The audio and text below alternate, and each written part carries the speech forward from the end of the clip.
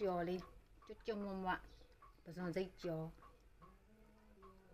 စားကြည့်တော့အရသာတော်တော်လေးရှိတယ်မျိုးလေးပဇွန်စိတ်လေးတွေတန်းတလူရွက်နဲ့ကြော်တာတန်းတလူညွက်လေးတွေကျွတ်လေးပြန်ပဇွန်စိတ်လေးတွေကိုကြော်စားမယ်ကြော်စားဖို့အတွက်ဗာလေးနဲ့ကြော်မလဲဆိုတော့တန်းတလူရွက်တောက်ခုလိုက်တယ်အဲတန်းတလူရွက်လေးနဲ့ကြော်ရွှေလေးပြအကြော်မှုတစ်ဝက်လောက်ထည့်လိုက်မယ်ပြီးတော့ဒါကရေဆေးပြီးထည့်ထားတယ်အဲ့ဒါကိုကြော်မယ်ပြီးရင်ရွှေလေးပြမှုန်ထည့်မယ်ရွှေလေးပြမှုန်တစ်ဝက်လောက်ထည့်လိုက်တယ်ပြီးရင်စားထည့်မယ်ပြီးရင်အချိုမုတ်ထည့်မယ်မုံလေးထည့်လိုက်မယ်ပြီးရင်ရေလေးနည်းနည်းထည့်မယ်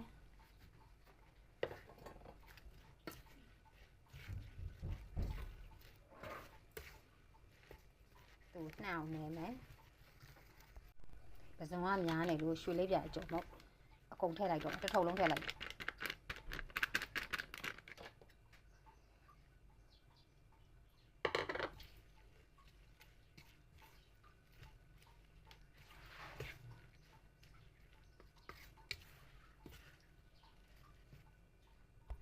ရေထည့်ပြီးတော့ရေနည်းနည်းချင်းထည့်ပြီးတော့သူ့ကိုမှုေလာတာပေါ့နော်မှုေလာလိုက်တာအခုရေလေးကအခုလိုမျိုးဒီအနေလောက်ပေါ့အဲ့ဒီအနေလောက်ရရင်ရေတော်ပြီအဲ့ဒါကိုနှက်ထားလိုက်တော့မယ်အနည်းဆုံး2 နာရီလောက်တော့နှက်လိုက်မယ်နှက်ပြီးတော့ကြော်မယ်ဒါမှပေါ့ပွားလေးဖြစ်အောင်လို့လေဟာဒီစီကိုတင်ထားတာစီကူနေပြီပေါ့နော်အဲ့ဆိုရင်ဒါတွေကိုထည့်မယ်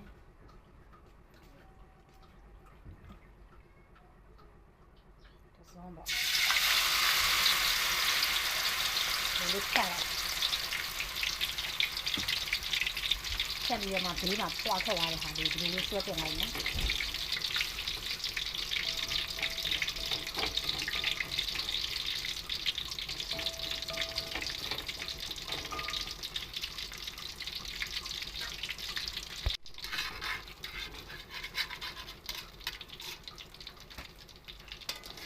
ညလေးကျွတ်တဲ့ထိထားလိုက်မယ်ဒီတိုင်းညလေးလိုသေးတယ်တစ်ဖက်မလှန်သေးဘူးဟုတ်တစ်ဖက်လှန်ပြီးကြော်လာလိုက်တာဒီတော့တစ်ဖက်ကိုကြည့်လိုက်မယ်ဒီနေ့ဆိုရတယ်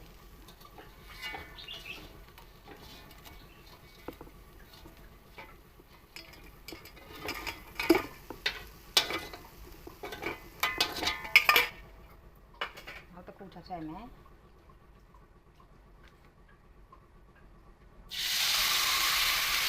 ဒီလိုမျိုးလေးတော့ဖြန့်လိုက်တာပေါ့နော်အဲ့လိုဖြန့်ပြီးသွားပြီဒီကဘေးမှာပွားထွက်သွားတဲ့ဟာကိုအဲ့ဒီအချိန်မှာဒီလိုဆွဲပြီးတင်အောင်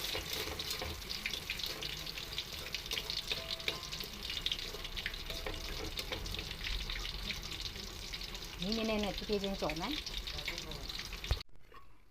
တန်းတလွန်ရွက်နဲ့ရောပြီးကြော်တဲ့ပဇွန်စိတ်ကြော်ရပြီပေါ့နော်ပဇွန်စိတ်ကြော်လေးကချိုးနေရတယ်ကျွတ်မွားလေးဖြစ်ပြီးတော့ချိုးတယ်ဒါရွှေလေးပြန်အကြော်မုတ်တစ်ထုပ်နဲ့ကြော်ထားတာပေါ့နော်တခြားဘာမှတော့မထည့်ဘူးအဲရွှေလေးပြန်အကြော်မုတ်လေးနဲ့ကြော်ထားတာဒီလိုလေးကျွတ်ရွလေးဖြစ်နေတန်းတလုံးရွက်လေးနဲ့ဆိုတော့စားရတာတော်တော်လေးကိုအဆင်ပြေတယ်ကျွတ်လေးဒါလေးလူလေးတုတ်စားမယ်